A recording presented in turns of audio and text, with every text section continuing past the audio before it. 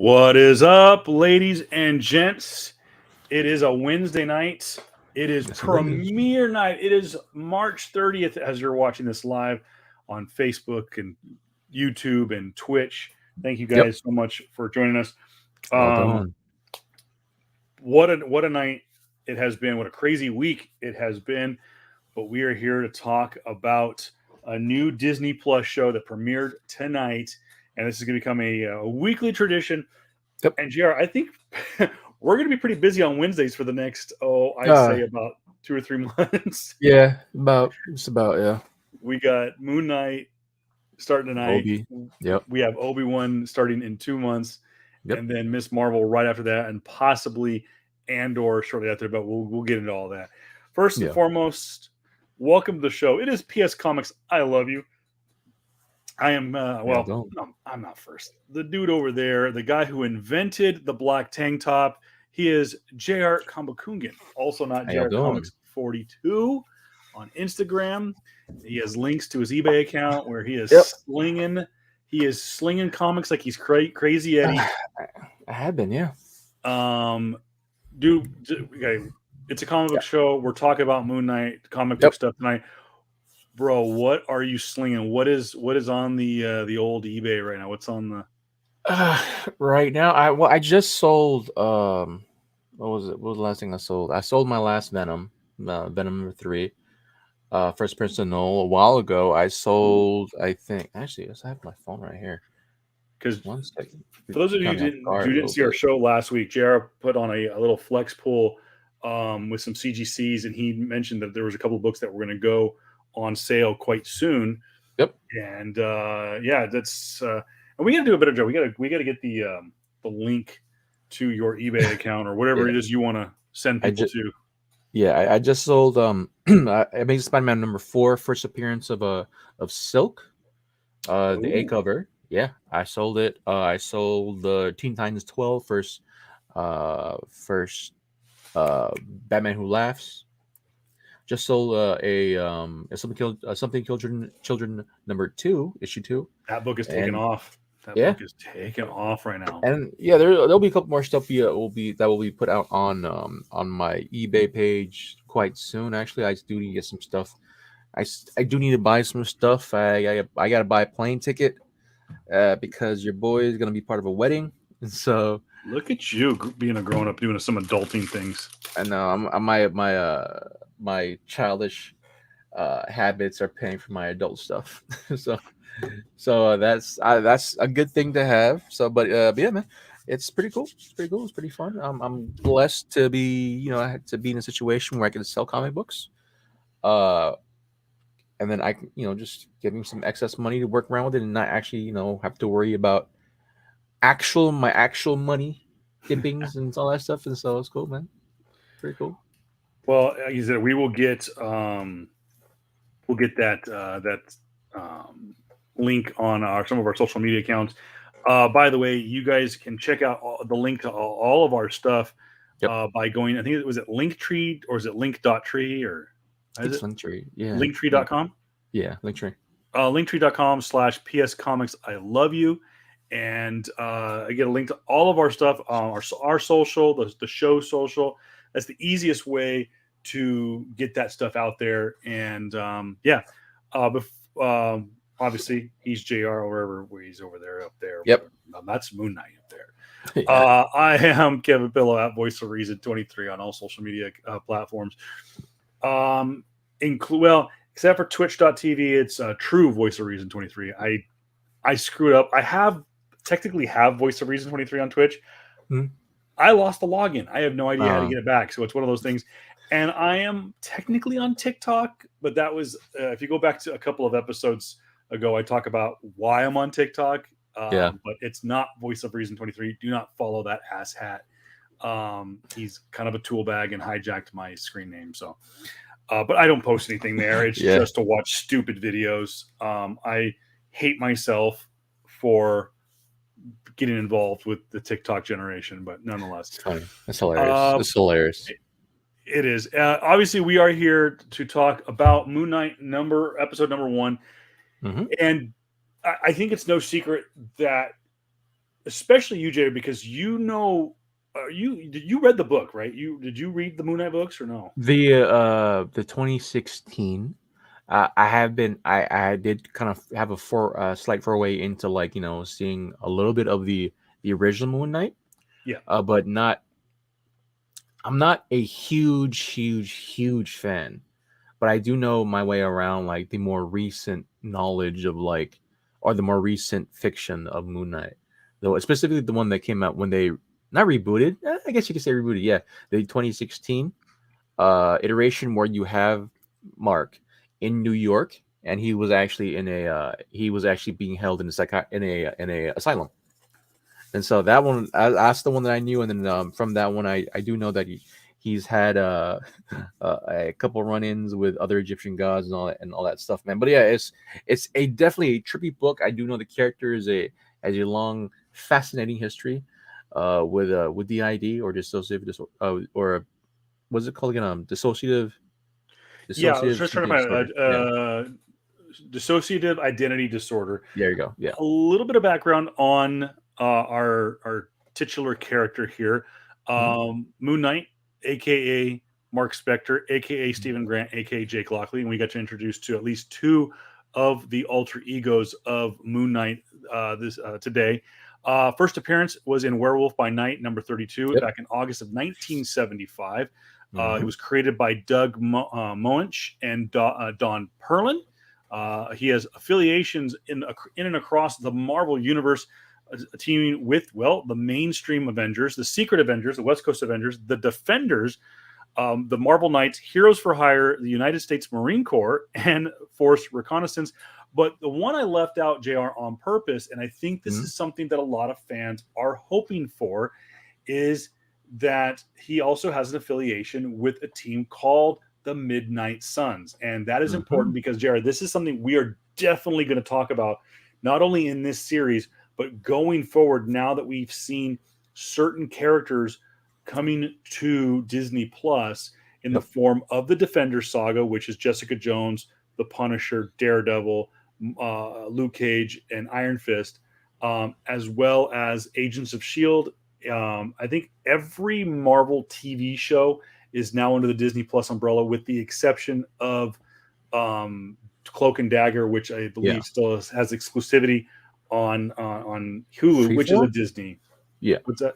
Well, yeah, it was Freeform, right? Freeform, but I think it's now. I think Freeform is technically. I think after the merger with Fox, when Mhm. Disney bought out Fox, I think I'm not 100% sure. Don't quote me on this, but I think Yeah. Freeform went away and it was folded into Hulu. But I could be wrong. But that's pretty much where I found Cloak and Dagger. But The Runaways, which was a Hulu original, is on Yeah. Disney Plus. Yep. But nonetheless, Midnight Suns. Correct me if I'm wrong. Moon Knight. I guess I could click on the link, but it's Moon Knight. I definitely know it's G- uh, GR. Ghost Rider. Ghost Rider. Yep. Um, yeah. So Blade. here's the, and of course this is Ghost Rider, Johnny Blaze, Doctor Yep. Strange. Yep. Um, let's see here, Blade. Hellstrom, That's right. It was. Morbius, Yeah. the Werewolf by Night, Johnny Yep. Blaze. I said Blade, like Jr. said, Iron Fist, Yep. um, the Punisher, Uh, Man Thing, Doctor Voodoo. I thought there was a Wolverine attached to it. I don't know if it was. I don't know if it was Wolfie's son, his first son. Well, here's according to Wikipedia, these are the members of the Midnight Suns in their entirety: Caretaker, Vengeance slash Detective Ben Badino, Hellstrom, Santana, Scarlet Spider, Jennifer Cale, Morbius, Werewolf by Night, Danny Ketch, Johnny Blaze, Doctor Strange, Strange, which I believe is Strange is the new Sorceress Supreme, isn't it? Or Uh, is that someone else? well, spoiler alert: Strange died in the more recent thing, Yeah. and so the new Sorceress Supreme, who is an older character, who was she was a love interest in for Steven a while ago, dude. Like, her first appearance was like in 70 something, dude. I forgot her name. Yeah, for the longest time too, when I saw that out there, and I thought they were like, yeah, they're gonna kill her, right? The way that when I saw the covers of the books, I'm like, oh man, are they really gonna put freaking Captain Marvel as as Sorcerer Supreme? Like what the hell? Yeah.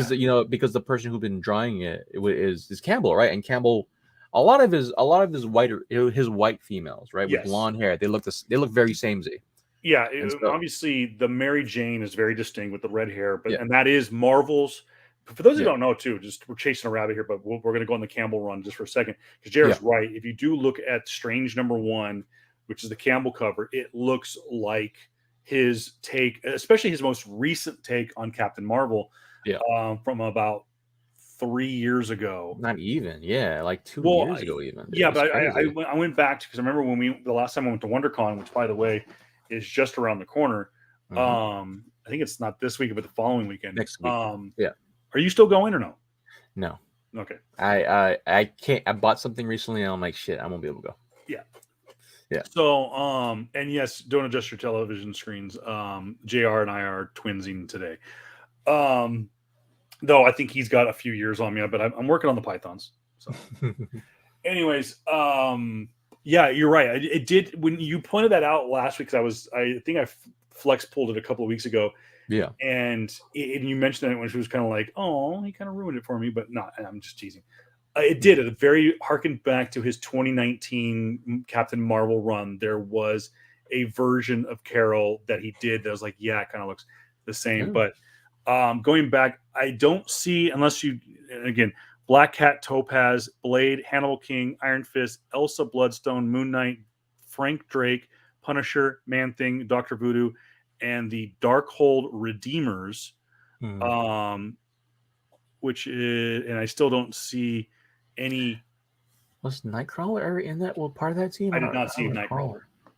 Okay. But so I think though there is a video game coming out that features the Midnight Suns. Yep. And actually, I think the game is called Midnight Suns. Midnight Suns, yeah. SUNS.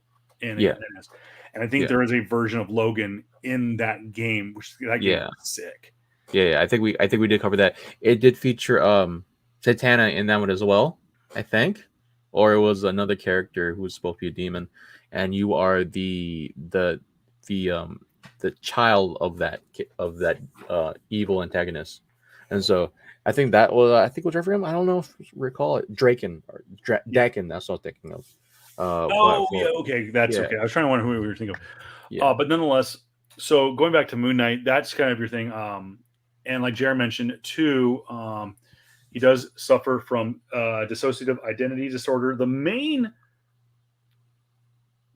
alter ego to Moon Knight is Mark Spector. His comic book kind of backdrop is he served as a Marine and briefly as a CIA operative before becoming a mercenary alongside his friend Jean-Paul Duchamp. Let's see. After fighting Bushmen and being left for dead, a mortally wounded Spectre reaches Al-Ruin's recently unearthed tomb and is placed before a statue of the Egyptian moon god Khonshu, which we did see in tonight's episode. Yep. Spectre dies, then suddenly revives, fully healed. He claims Khonshu wants him to be the moon's daughter. Wants to be the moon's knight. Yep. He is much like what Kevin Feige said in the D23 presentation was he might be crazy, or he might be possessed by the moon god Khonshu, or he might be crazy. So I love that, and we'll get right into it. We get introduced both to Ethan Hawke's character and Stephen Grant very early on in the show, and you get to go into Stephen Grant's room and see that he obviously suffers from some kind of insomnia or something like that, and maybe like a sleepwalking.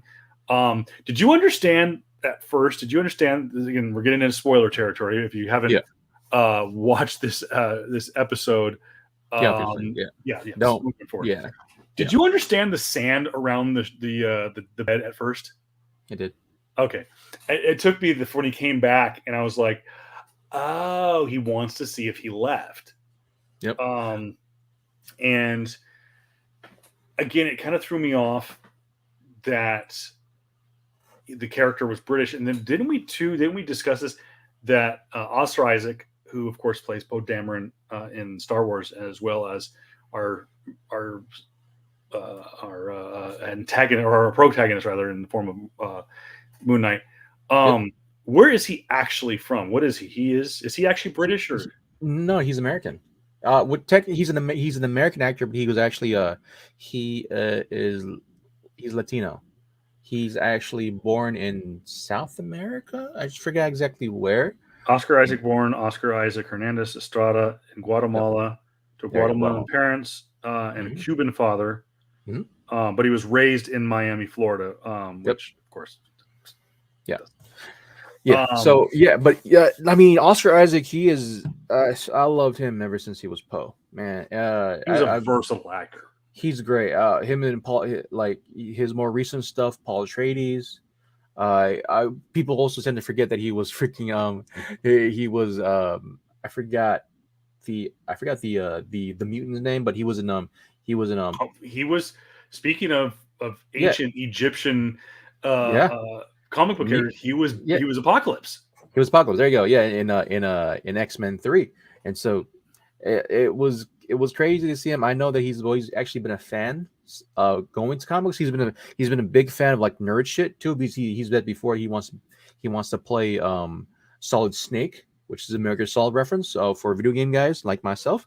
And so I've been a fan of him, dude, since he said that, since like his first iterations coming through, man. But yeah, he's been great. He's definitely a method actor type of thing. Oh yeah, and that's why I think he He's likes great. playing these weirder characters, these off the cuff, not spandex wearing Yeah, true superheroes. And people don't realize that. And people, like, they compare Moon Knight to Batman, which I kind of get yeah, per se, but Moon Knight is really a unique character because, yes, is he a vigilante, much like um Wade Wilson is and whatnot. yeah, And yes, does he do most of his fighting at night? yeah, Yes, does he have quote unquote multiple personalities? I mean, but most superheroes do. They have an alter yeah. ego and they have their super. So I know everyone wants to compare Moon Knight to the Dark Knight, and No, I which guess is I kind of get it, but it's he's no. he's closer to Owlman more than anything else than actually Batman, in the sense of like just like he's ruthless. He's completely Mm-hmm. freaking ruthless, man. And so it's he's more actually Owlman than anything else, right? A good version of Owlman, which isn't Batman. There's a huge distinct difference in that. And yeah, I'm enjoying the episode. I actually enjoyed the episode myself. Like the small tidbits of like, mannerisms and just his accent, his Cockney accent is really freaking great, Oh man. yeah. Like he got me like, yeah, for quite a bit too. I'm like, damn, is he really British? It, I'm it was like, throwing me off because we don't yeah, see that at all with Poe, and we definitely don't see that with Apocalypse. Of course, his two big roles. Obviously, don't get me wrong, Oscar Isaac is mm, a well-rounded actor who has done more than just those two, these yeah, three roles. But yeah, um, yeah, Oscar is just it's he's great, he's great. so great. Yeah, so just him going on like I have to make this known. Like we have an American actor, of course, American, yeah, actor, and trying to do a British accent, because for a long time we've had British actors, right? A lot of the MCU is British actors trying to do American accents, right? And we could definitely tell the differences in Cockney accents. We could definitely tell the differences in Strange not having a full New York accent, right? He's not upper class New York. He's very much, you know, you can tell the difference. Here, man, he sounds like he's Cockney. Oh, 100%. absolutely. As soon as you said that, I was like, that's what it is. Yeah.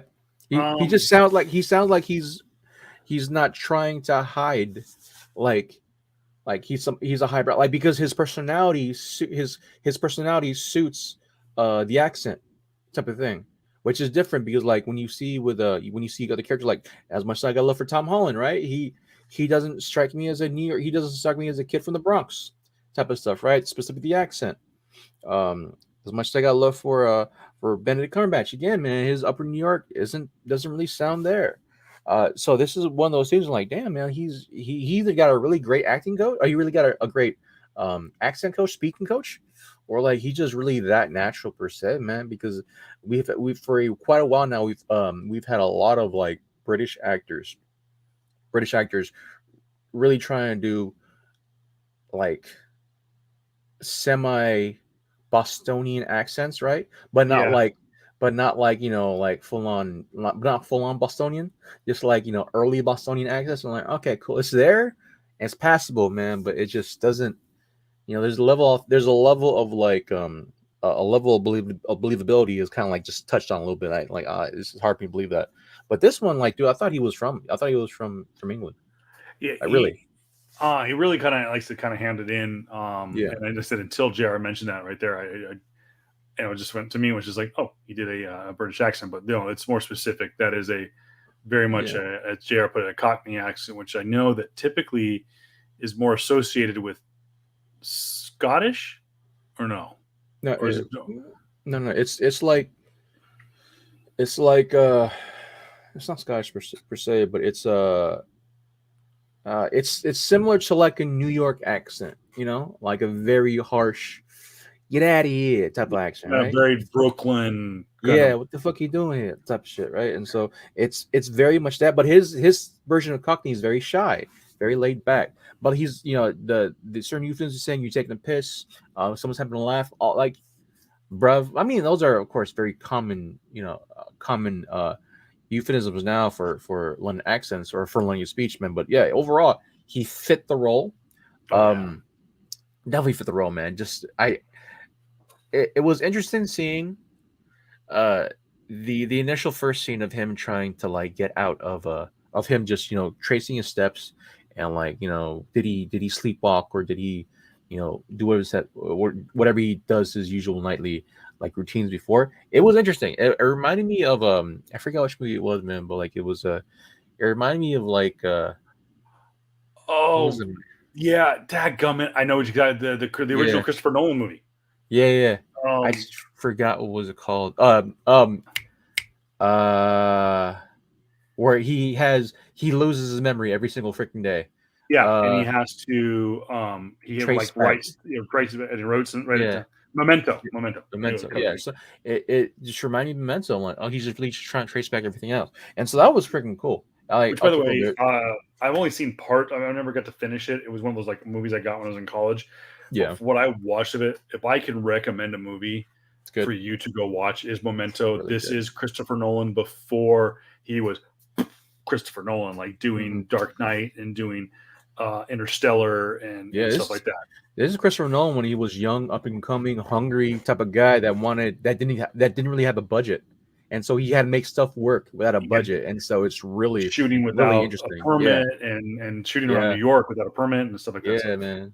um, the one of the most intriguing things, and it's what I love about Marvel. Oscar Isaac, big actor, Mm-hmm. but he fits the genre. He fits this. He did Star Wars, like he said. He did Age of Apocalypse. Mm-hmm. So he's doing Metal Gear Solid.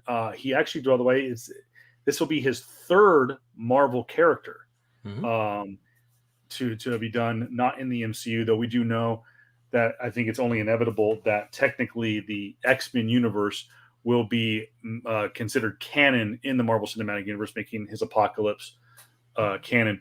Mm-hmm. But he did play a third Marvel character, and people forget he is the voice of Spider-Man 2099. Mm-hmm. We saw at the end of Spider-Man Into the Spider-Verse, and of course will be a big part of Across the Spider-Verse, the sequel coming out, I think, later this year or next year. Next year, I think. Next year. I think the biggest thing is, so you get a guy like Oscar Isaac, but he's kind of already in the genre. He's already in the genre. I thought Big Get was a guy who never in a million years, I think, would do this kind of content. And that's Ethan Hunt. Or Ethan, Yeah, I'm sorry. Ethan Hawke. Ethan Hawke. Ethan Hunt is Tom Cruise's character. Which, well, by the way, spoiler alert. That's not really a spoiler alert. Rumor has it, because Mission Impossible is done, Tom Cruise has been signed to Marvel. Really? Yes. Interesting. I honestly think with the multiverse being a big aspect of Phase 4 and Phase 5, is that I think Tom Cruise will finally get to play Tony Stark.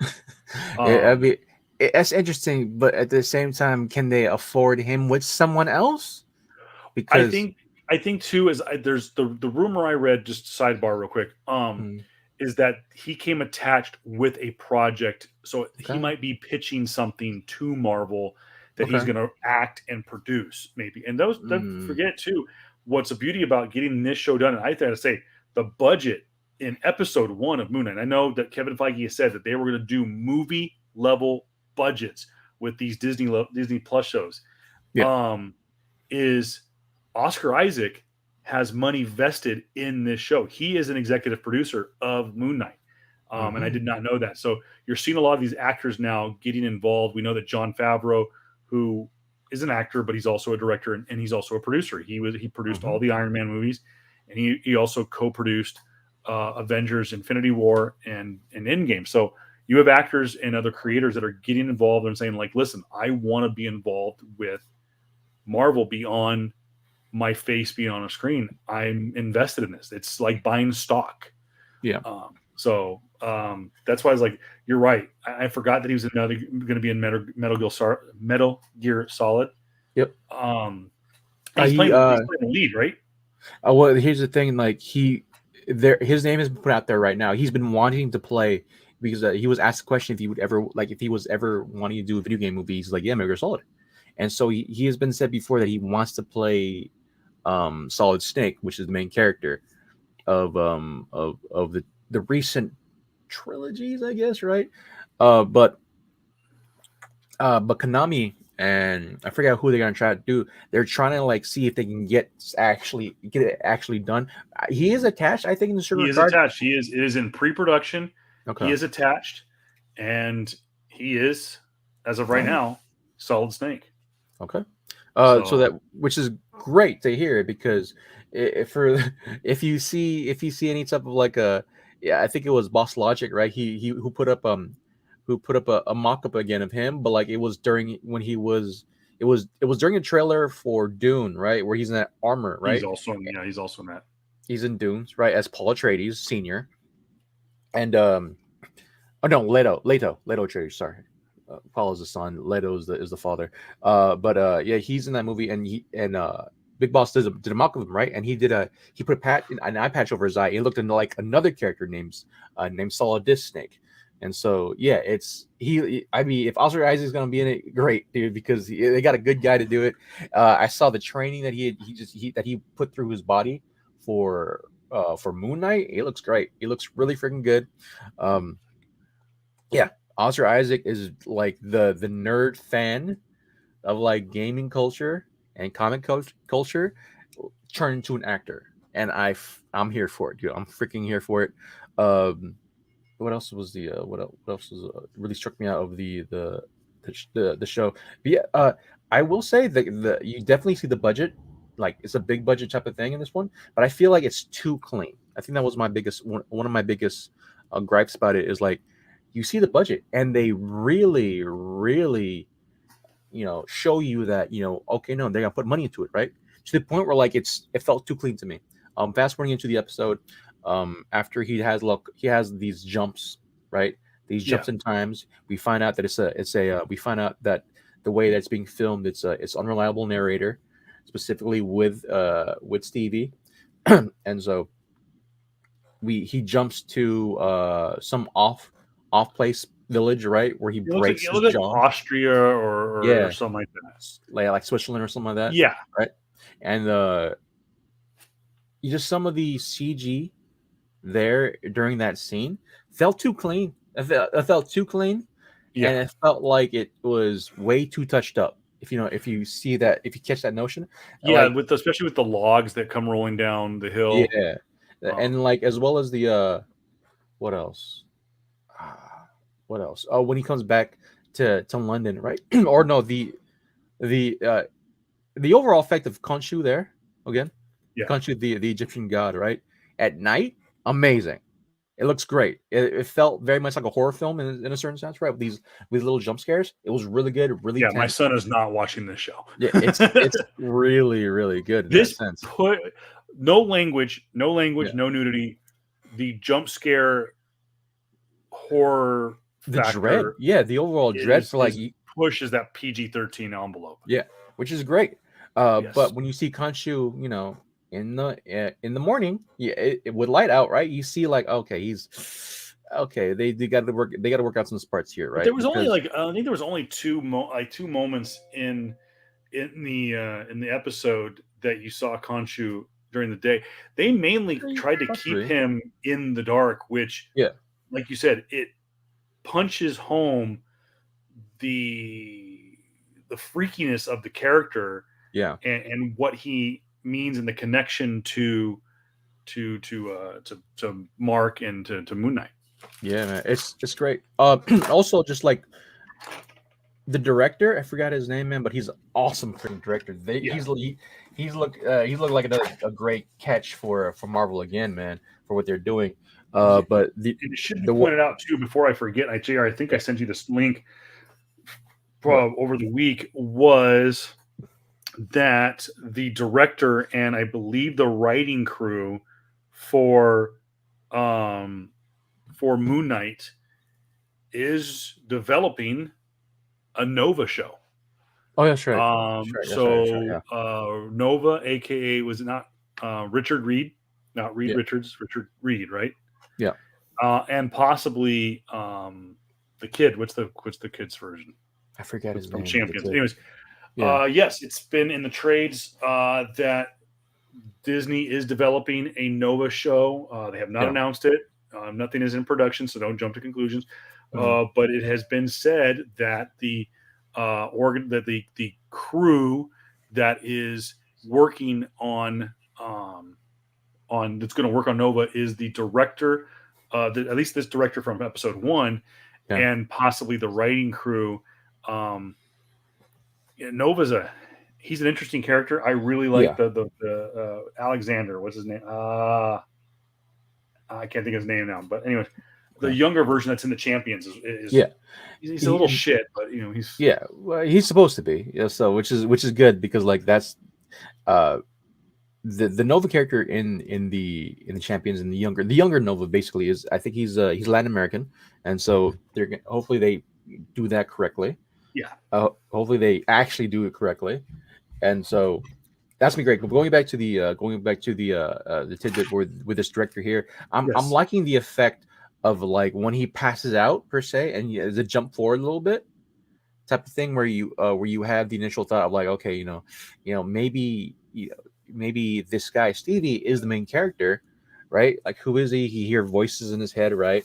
Maybe he's our main character per se, and you just see these crazy jump stops where like he's in moments of duress, right? And then he just goes back, he passes out, goes back to consciousness, and like everyone around him is fucking dead, right? He's in a cupcake van, right? But with a gun pointed to his head, he passes out, wakes back up, the gun's in his head, and the guy behind him is has a bullet through his head. I'm like, just small tidbits like that is great. Is freaking amazing, man. So the director for this, or just overall writing team, and whoever blocked Oh this yeah. out is fucking amazing, man. I one thing I will say is that there's a lot of great hits with the Disney Plus shows, man. When it comes to blocking, when it comes to pacing, when it comes to like this type of stuff, man. And so they've been really, really on it. Um, what I will say is it did kind of drag on. It was the first episode was slow because like it was supposed to be slow, Yeah. right? Setting up It's everything. supposed to be slow, yeah. And so this whole intrigue of like this whole intrigue of like who is actually in control, right? Who is actually the main? Who's the main personality when he goes on his date with the girl who was with He the woman stood who up was actually. yeah stood up per se, and then like just all these other habits involved, man. It was great. It was a great obvious scenario and like or a great the scene to see out, and that ultimately he gets on call with a character that will not be said yet, and she is actually attached to the comic book series itself, and so we will not name her yet, even though you see her name on there. Yeah. But yeah, and just the whole scene with like the whole scene of him, the lights flickering. Oh, the great thing, I was glad that they did the whole thing of like you're looking in the mirror and the mirror looks back at you type of stuff, I right? love that. I I know it's love when they do those tropes, man. I love when they do that. I know it's an old trope, but I Yeah, like it. yeah, It's perfect for this show. yeah. Which is I'm hoping they continue to have type of stuff, right? Like I was hoping more of that nuance where like when you see Stevie look away, you see Mark still looking straight at Stevie type of stuff, right? Yeah. Like I was hoping for more of that stuff. Like it was pulling out like freaking 13 Ghost or like old school horror movies type of stuff where like where your image is constantly looking at you even though you've looked away type of stuff. And so it's great that they have that. I'm hoping they really do continue bits and pieces of something like that when his other personages come in. I will say, and I'm just speaking back to you. I do feel like most likely the other voice in his head was Mr. Moon Knight. I think so too. So there is kind of fast forwarding, and again, I'll throw it up there for those of you who are watching this episode. Spoiler alert: towards the end of the episode, we see Stephen Grant chased through the London Natural History Museum, Mhm. and he's being chased by a what did my wife call it? Not a goblin, or it was like a not a werewolf, but something. Anubis? It was what's that? Yeah, like It was an some kind Anubis. of Yeah, creature, yeah. mythological creature, and it chases him into the bathroom, and he slams this door shut and locks himself in the bathroom, and he starts to hear this voice, and what we find out is he looks around, and then that trope that JR mentioned, he looks in the mirror and sees himself talking back to him, and he doesn't understand, and it's Mark Spector, or at least it's Yep. assumed that it's Mark Spector. He's basically give up control, Mm. and I liked that aspect, and I liked how they used that to introduce the Yeah, character, the different character, because they are the same, and yeah. people are going like, I've had friends of mine ask leading up to this. They're like, "Okay, well, explain to me what Moon Knight is." And I said, "I've never read the books, but I've read the Wikipedia entry. He has this disorder. He does suffer from schizophrenia as well, and um, he hears voices in his head. And like I said, Jared mentioned is we assume throughout the show, Stephen Grant, when he is Stephen Grant, Mhm. is hearing the voice of Mark Spector wanting to be let out. So, but this is what's kind of cool is Kevin Feige kind of teased this in the initial pitch at D23 in 2019 Yeah, was we don't know if he's truly possessed by the moon god Khonshu, or is he just crazy? yeah, And I think that is what's so simply put, because it is pretty much the what's the word I'm looking for? Kind of the bullet point to this show is Mark does Mark Spector think he's Stephen Grant? Does Stephen Grant think he's Mark Spector? Is it two yeah, different people? Is it voices yeah. in your head? It's gonna be a trippy show, Yeah, bro. one of the best things to that actually is that for those of us who read the 2016 iteration of Moon Knight, man, when he was in New York, he was caught in a sandstorm. You have this character, right, that was given meds to say, hey, no, you're here for schizophrenia, you're here for for your multiple disorders, right? And he's like, no, I'm a superhero type of stuff, right? Yeah, He's in an insane asylum, like, yeah, sure, whatever, right? And the only way for him to actually be quote unquote sane is that when he has the mask Moon Knight on him. And so he uh, there's a pivotal part. I forgot which issue. Actually, I think it was still in issue 1, where he's pacing throughout the asylum. Right, he gets the Moon Knight mask. He puts it on, and he sees that all of the stewards there are actually like they have like alligator heads, and like everybody there is crazy. He goes outside of the asylum, right, and before when he went outside, right, he sees New York.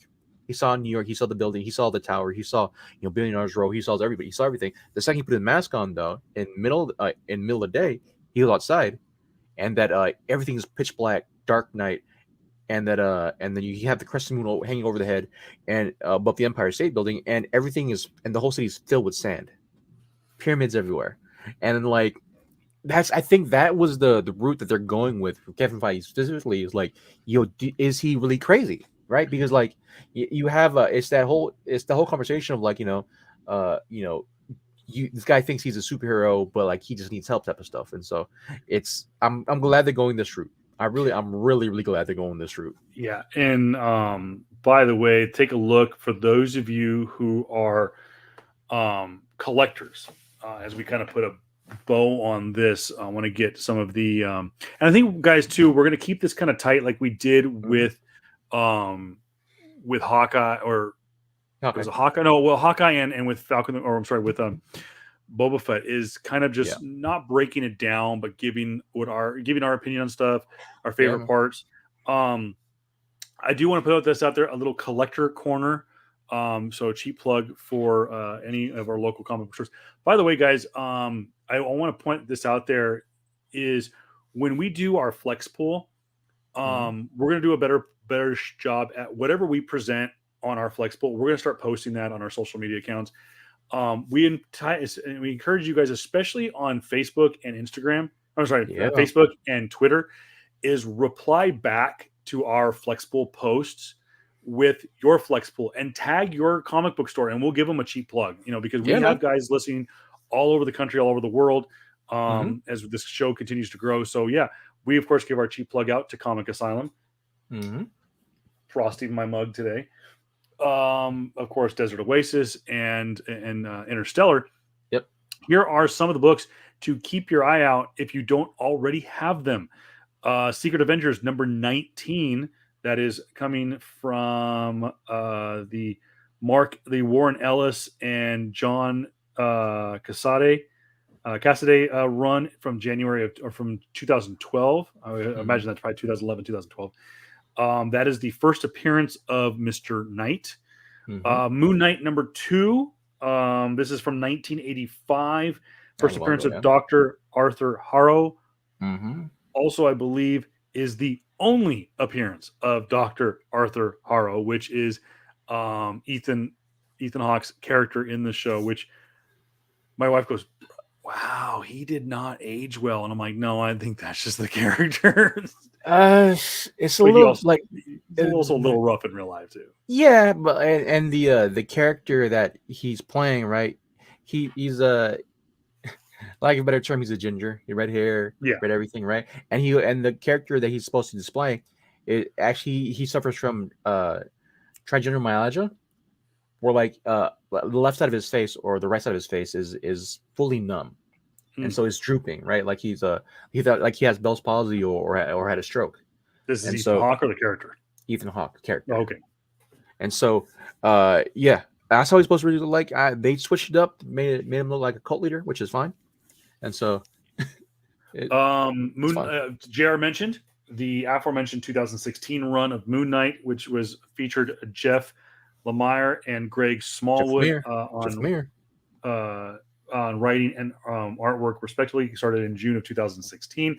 Moon Knight number 1 features the first appearance of Dr. Emmett, the psychiatrist who treats Mark Spector.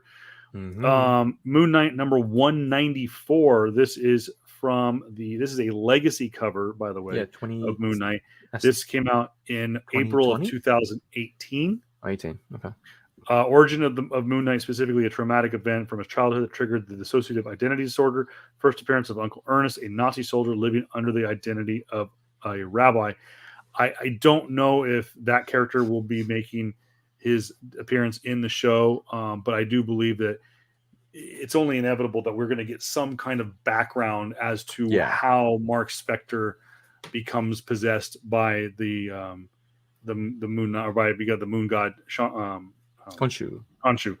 Also, in your key books from 2014, Moon Knight issue number 1. This is from the Warren Ellis, Declan Shalvey run. This is This is when Mark Spector assumes the moniker of Mr. Knight. It's not the first appearance of Mr. Knight. It's when he takes on the moniker. Some other key books moving right along. First team appearance of the Helipians, ancient Egyptian gods, Horus, Osiris, and Isis. There is one of the characters is rumored to appear in the show. This that's from Thor number 239. Marvel Spotlight number 28, first solo Moon Knight story. Mystic Arcana Magic number 1, that is from 2007, is first appearance of Amut, the main. I'm sorry. Amut. Yeah, but yeah, before you start butchering more names, that's a character that's also going to. She's already been referenced in the show. And then Moon Knight number 3. From the 2016 run, Moon Knight number 3 from I think it's the volume 2, Moon Knight number 1, volume 1, first ongoing Moon Knight series. By the way, I have it. Already lost me. What's that? Yeah, volume 2, volume 1, volume 2 verse, volume 1. Well, that's the way that Key Collector has it, but this is the book. Oddly enough, this probably a lot of people, you're going to want to look in that book. Let me see if I can take the blur off. This is a very important. I want to make sure to point this book out because what I've heard about it, and don't mind the construction in the background, this book is not as rare of a book as people think it is.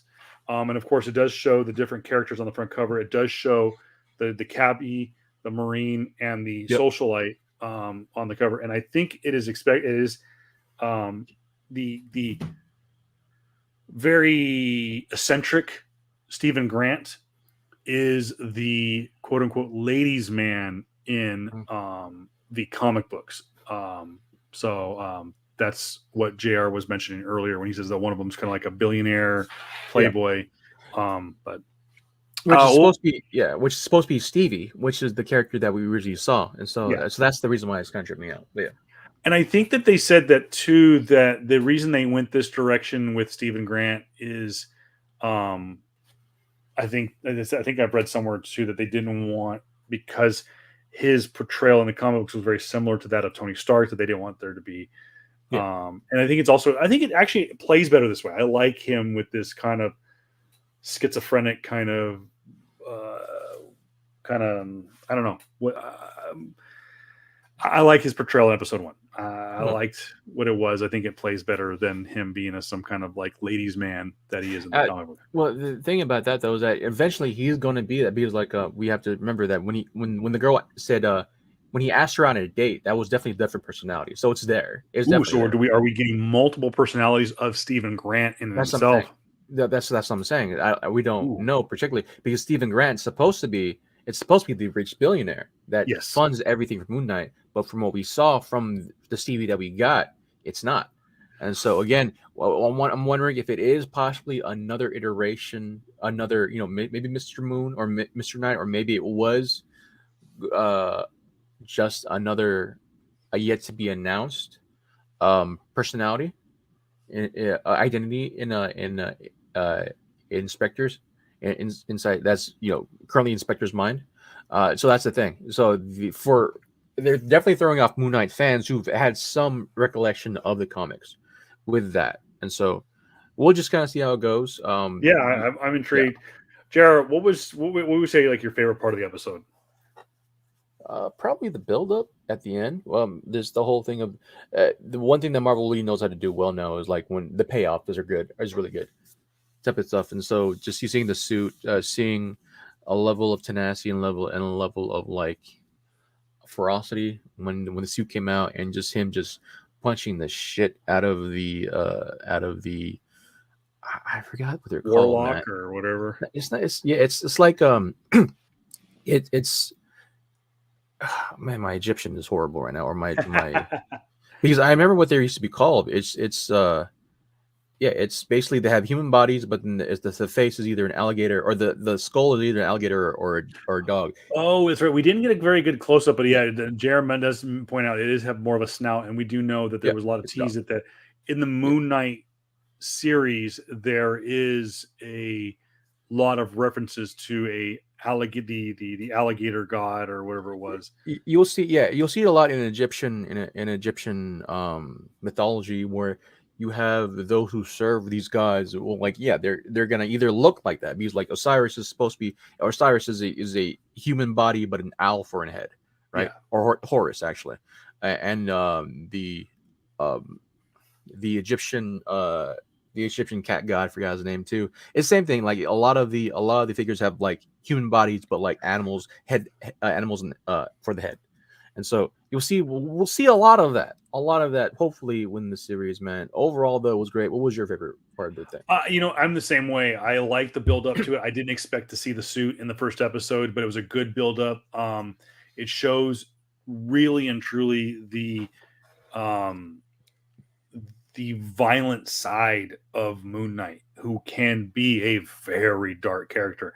And that was the concern that I had about Disney producing this show.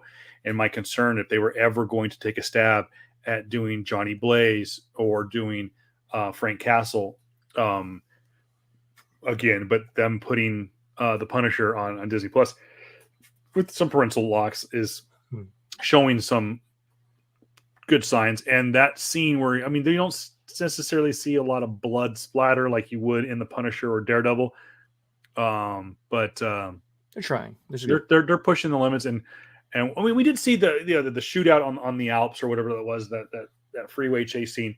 So yeah, we get to see some blood, which was again kind of unusual for these Disney Plus shows. But no, I'm intrigued. I will say this, that when the lineup was announced in 2019, we got all the shows announced. I still think that, to me, I was hyped the most probably about What If. I don't know why. What If just had me hyped. They were doing an animated series. I like the actor who was playing Uatu, but really and truly, the two shows that I was like, oh, it really intrigued me and had me going, I can't wait to consume that, was WandaVision and Moon Knight. WandaVision, because it had never been done before. We'd seen Falcon and the Winter Soldier, so we kind of know what to expect.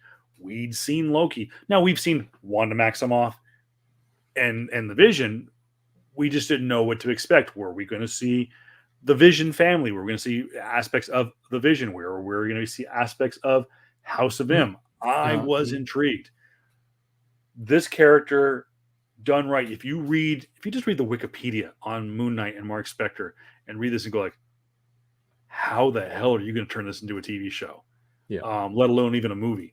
And again, thank you, Disney, for not making Moon Knight into a movie, because I don't think they could do this character justice by throwing them onto the silver screen. This is perfect.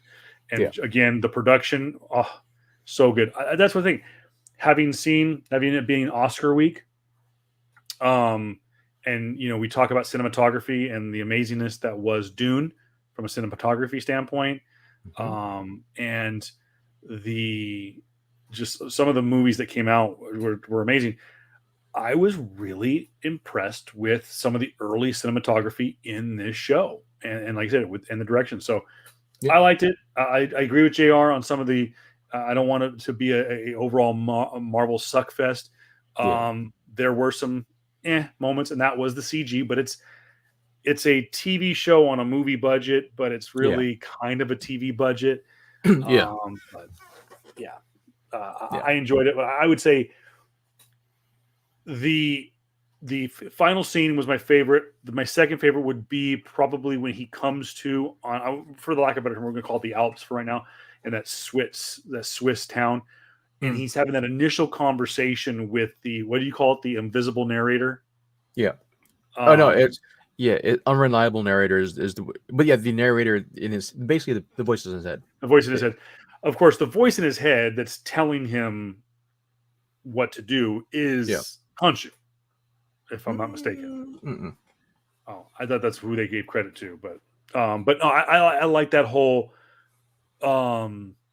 interaction, that whole lead up with that initial when he comes to and he's like, Mhm. wait, where am I? And he's having that initial conversation or interaction with the voices in his head. I really enjoy it. Yeah. Real quick before we wrap things up, of course, you can find our show as you can scroll there on the bottom. Apple Podcasts, Google Podcasts, Amazon Music, Spotify, Anchor.fm, and iHeartRadio. We appreciate it. Leave us some reviews.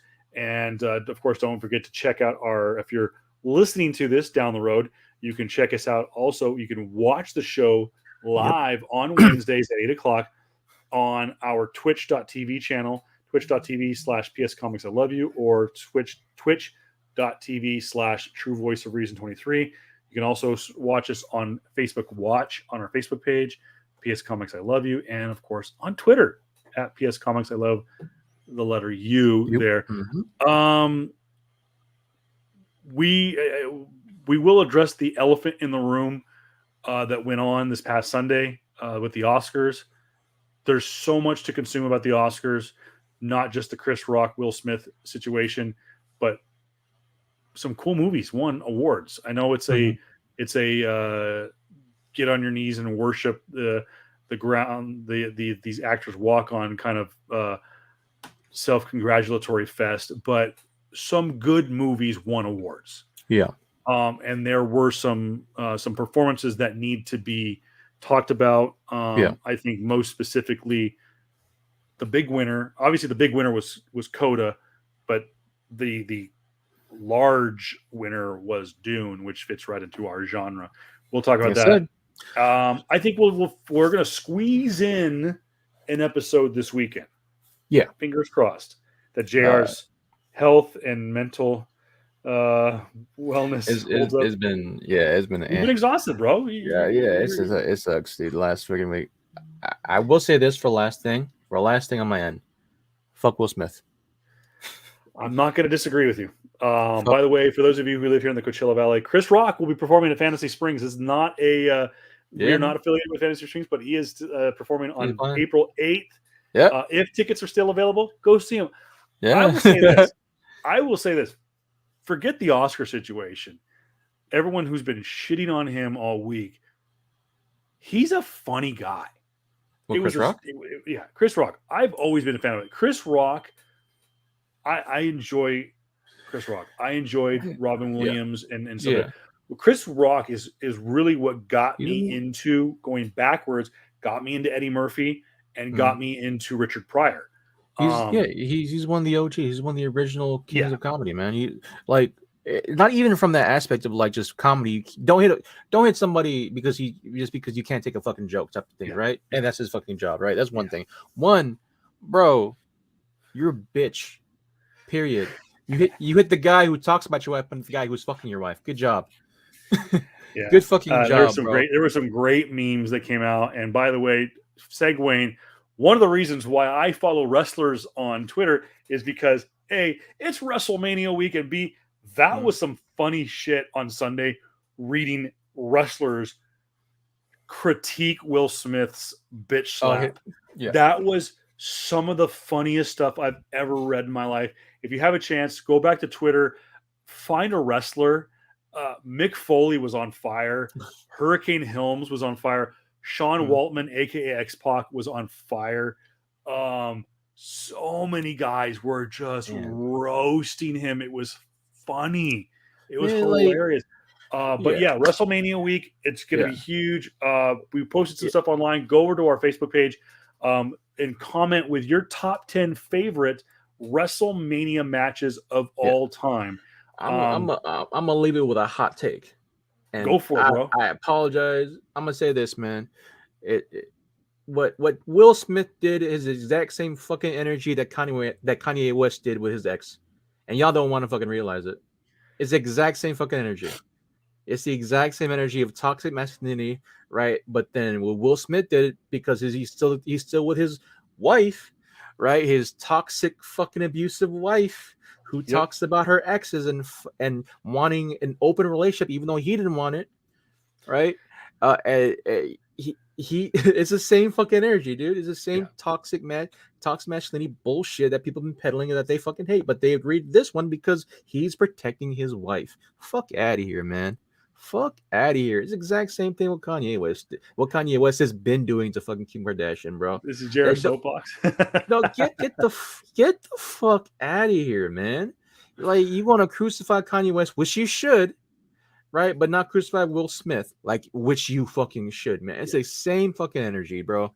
It's the same thing. Both are inexcusable. Stop it, because this whole fucking horrid, this whole fucking fetish, women's fetishes of like, oh, I want a man to fight for me. Fuck off of here, dude. This ain't the fucking 1400s where guys fucking die for your honor. Get the fuck out of here, man. Well, like I said, I want to get into it, but I want to get into it, and it being late on a Wednesday. We have a whole show just on him. I will say this: if you have an opportunity, go search out what Kareem Abdul-Jabbar had to say about it. Very poignant. Our good friend Kanisha, Jim Carrey. Oh my God, Jim Carrey's take. Jim Carrey's, it was great. Yeah.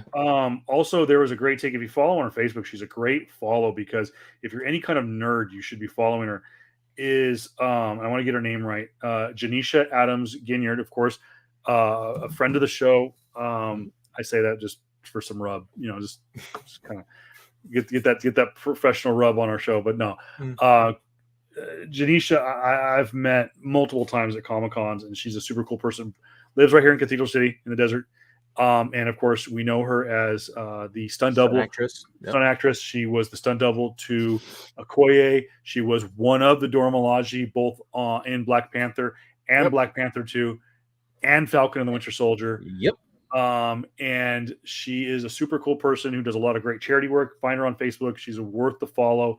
She had a hot take on the whole situation. Worth the follow just on that. But again, we'll talk about that. We'll talk about WrestleMania. We'll talk about all kinds of stuff. We'll talk about Ezra Miller. He had a rough week. Ezra Miller, dude. He has the habits too, man. What the hell, bro? Hey, and you heard it here. JR has got to do some adulting this week. Head over to his Twitter page, also not JR Comics 42, and Instagram page. Instagram page. I apologize.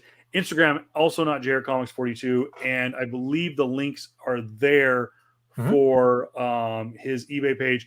He's got to go Are you going to be in the wedding or just going? Yeah, I'm a groomsman. He is a groomsman, so support his adulting and buy some of his comic books. And I tell you one thing: if there's a dude's books that you want to buy, it is JR. He's just like the rest of us. He takes very good care. He buys smart. He CGCs smart. And he sells smart. So they're not going to be ridiculously overpriced. They're going to be fair market value. And like we've talked about on the show for the last 2 years, is it's all about fair market value. And we're not about trying to like, oh yeah, dude, hey, no, $3,000. No, it's like if it's what the market's going for, yeah.